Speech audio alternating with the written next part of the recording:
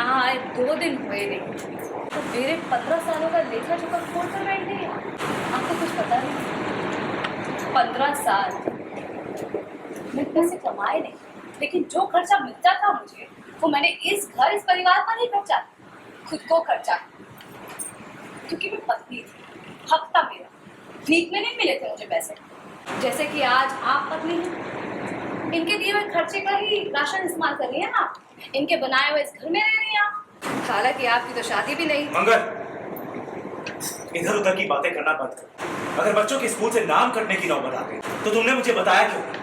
पापा की दवाइयां खत्म हो गई थी तो मुझसे पैसे क्यों नहीं लिए तुमने? घर का हिसाब बताना तुम्हारा काम है, मेरा नहीं। तुझी सी नौकरी जाकर कर ली तुमने, वो हो गया तुमसे।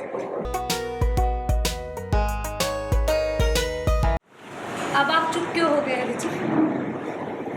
मैं तो इसलिए चुप थी क्योंकि मैं नहीं चाहती थी कि अम्मा और पापा को दुख हो ये बात जानकर कि उनका बेटा इस हद तक गिर गया। लेकिन अब आप चुप क्यों है? बताइए ना अम्मा को कि मैं सही कह रही हूँ या नहीं।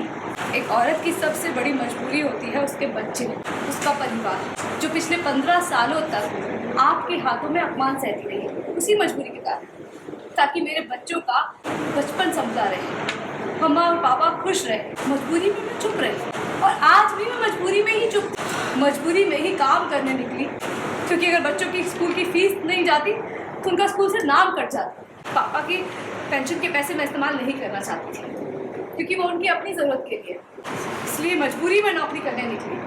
हलवाई की नौकरी मिली तो कर ली, क्योंकि आपने कोई चारा नहीं छोड़ा था मेरे पास। अब आया समझ मेरी मजबूरी क्या थी। और क्या क्या कहा आपने? मैंने शौक पाले? शौक तो आपने पाले हैं अक्षत के पापा। वाह माँ, यही तुम्हारा तरीका है हमेशा। मान लो जब भी तुम पे सवाल होते तुम सारा ब्लेम उठा के आदत पे डाल देती। हमेशा यही करती, दुनिया के सामने ऐसे दिखाती हो कि सारी गलती आदत की है, और तुम कहीं की महान देवी हो रहा है।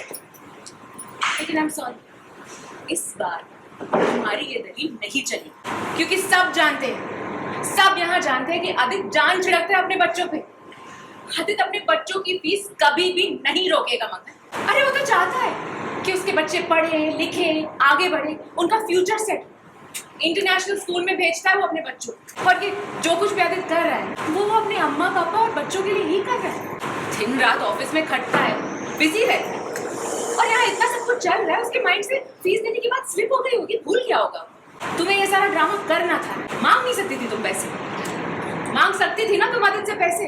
15 साल से तो तुम आदित्य के पैसों पे ही पल रही हो, राइट? तो फिर अब क्या हुआ? क्यों अचानक से मांगना बंद कर दिया तुम?